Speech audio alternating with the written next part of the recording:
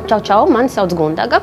Strādāju atletikā Jugla par grupu nodarbību treneri, vadu dažādas nodarbības un jau no 2007. gada. Ar sportu jau es nodarbojos ļoti sen, no 3 gadu vecuma. Sāku dejot zelta sietiņā, tautas dejas. Pēc tam es nodarbojos ar kliņšu kāpšanu no 5. klases. Pa vidu bija arī nodarbības basēnā.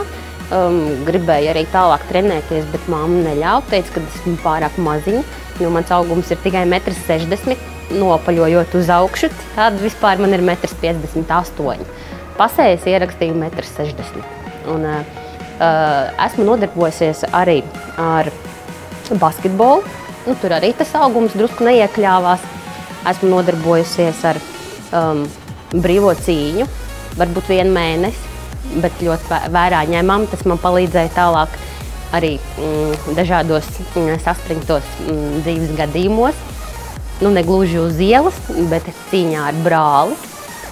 Esmu nodarbojusies arī ar līniju idejām, mazliet ar rokenrolu esmu nodarbojusies. Šobrīd aizraujos ar grupu nodarbību vadīšanu, sporta klubā Atletika. Grupu nodarbību vadīšana man paceļ vēl ļoti lielos augstumos. Es jūtos ļoti labi starp cilvēkiem.